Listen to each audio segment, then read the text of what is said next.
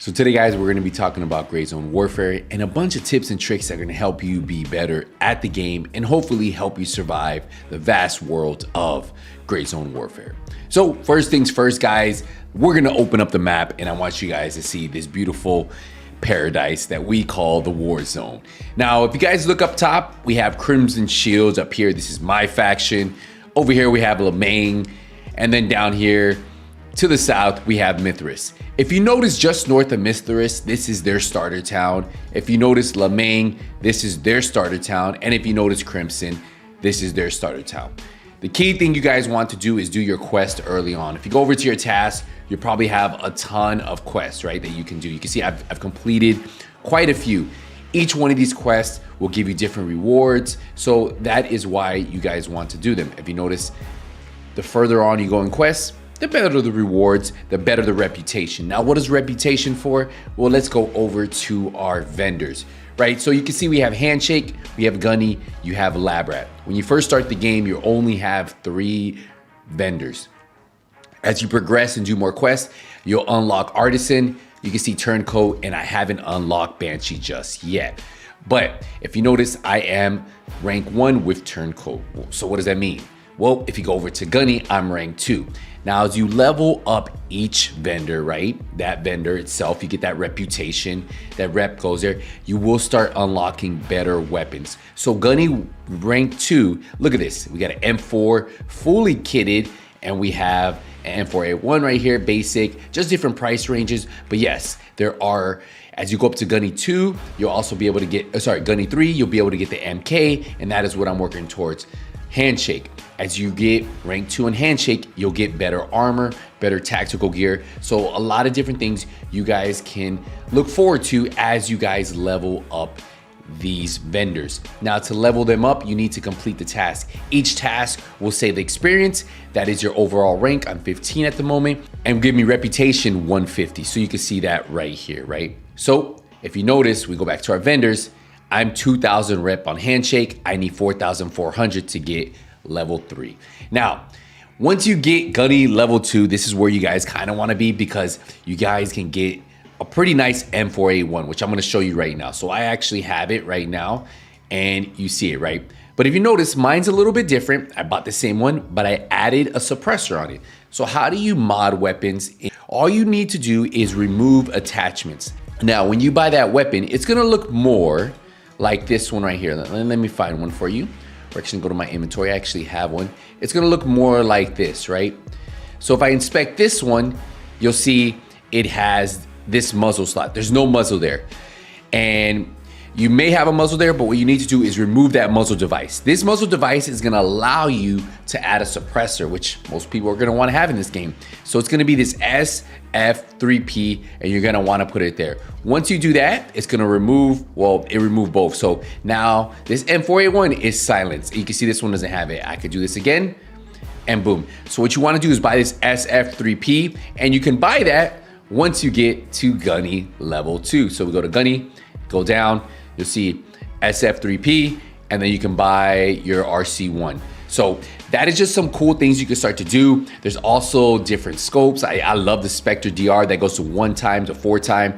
The ACOG, not a big fan of it, but you can mod everything on your weapons. And that to me is what's actually really cool. You can make them maybe have a little bit less recoil, have better weapon handling, faster reload. So you can mess with this a little bit, adjust it, and then hopefully create some pretty cool modded weapons the way you like to. The next thing I want to talk to you guys about key holders. If you notice, I have this key holder pouch right here. If you open it, you see I can carry 4 keys in there. And then I can put that in my safe lock box. If I go in here, you can see I have a bunch here and I have another one. Now, I know you do get one as a reward, and maybe later on you're able to purchase one, but at the moment, I know you get one as you do a quest, you'll end up getting one, and then depending on what edition you purchase from Gray Zone Warfare, I think you get one too. Now you may ask, where can you find keys? Well, you can actually find keys from enemies that you kill. So if you've been struggling to find a key, once you kill an enemy, make sure you search their body. Open up the bag they're carrying, open up their tactical rig, open up their tactical belt that they may have on. Every enemy has a possibility of dropping a key. There's no static location for any key in the game. Once you find that key, make sure you have them on you, put them in your safe lock box, but it's gonna allow you to get into areas that you wouldn't be able to get into. And sometimes these areas have some good loot, or they allow you to complete the quest line that you are currently doing. So be on the lookout for those keys, save them, put them in your lockbox, and happy hunting. Another really cool feature from Gray Zone Warfare are their medical pouches. In these medical pouches, you can stack multiple medical items, creating a space saver for your inventory. I typically keep mine in my safe lockbox inside these medical pouches, unless I need to heal a teammate, because if that is the case, you need to make sure that your medical supplies are in your pockets, in your tactical belt, or in your tactical rig that's on your chest. And this is a perfect time to talk about comas in Gray Zone Warfare. So if you or your teammate loses too much blood, you will go into a coma phase. And what your teammate needs to do is examine you and then see how they can treat you. Once you complete examining your teammate, a quick tip for that is just if you double tap FF, it will automatically examine them and it's gonna tell you exactly what you need.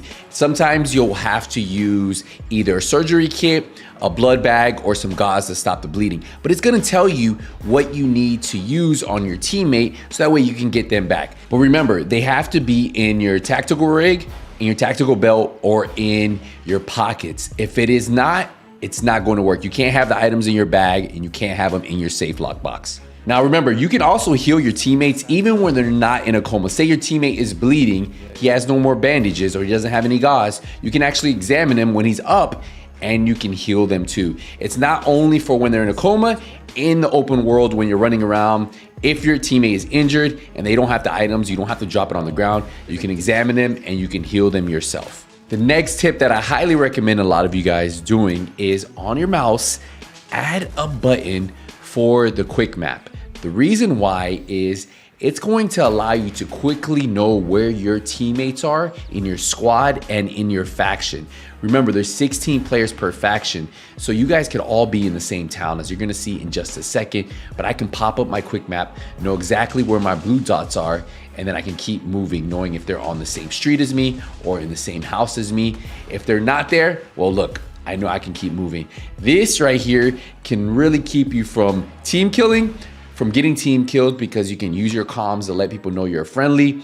But this mini map is so crucial, especially when you're in areas with a lot of faction members, because it can get pretty crazy really fast. Also, did you know that if you complete any task, any quest in the PvE only servers, it will transfer over to the PvEP servers? Yes, all you have to do is head right here where it says joint operations, and this is going to be your PvE mode where there is no team killing and no other factions can kill you. So no friendly fire or no enemy fire from factions, right? So that means you could have 3 faction groups of 16 in one location, all just taking out AI. Now you can complete quests here if you are struggling on completing quests in the warfare map, which is PvEVP. Just a little tip for you guys who are struggling on completing some of your tasks early on. Well, maybe go to the joint operations and then you can head back to warfare if you are really struggling on completing any of those tasks. Did you know in Gray Zone Warfare, you can call an extraction from anywhere in the vicinity of a LZ? You could be in the town, just hanging out, and you can call an extraction, and the closest LZ to you, that's where the extraction will be. There'll also be a small timer on that extraction that'll tell you how many minutes you have to get to that extraction. So to give you time to just loot around, look for keys, look for anything you're looking for before you have to actually make your way to that exfil. Remember, a lot of LZs, especially as you get further along in your quest line, are shared LZs with other factions. So you have to be very careful, because waiting for a chopper, you can have an enemy chopper come in and then you're gonna have to throw down. And that's gonna wrap up our video for today. If there's any tips and tricks or anything that you're struggling with in Gray Zone Warfare, let me know in the comments. What I'll do is I'll try to grab a bunch of those, create one video, and answer all of those questions for you. Hopefully this video was helpful. If it was, if you could do me a favor and leave a thumbs up and subscribe for more Gray Zone Warfare content. We stream live right here on this channel daily. So if you guys wanna enjoy the content, enjoy the game with me, head over to our live streams. I'll see you guys in the next one. Hey, Nothing But Skills out.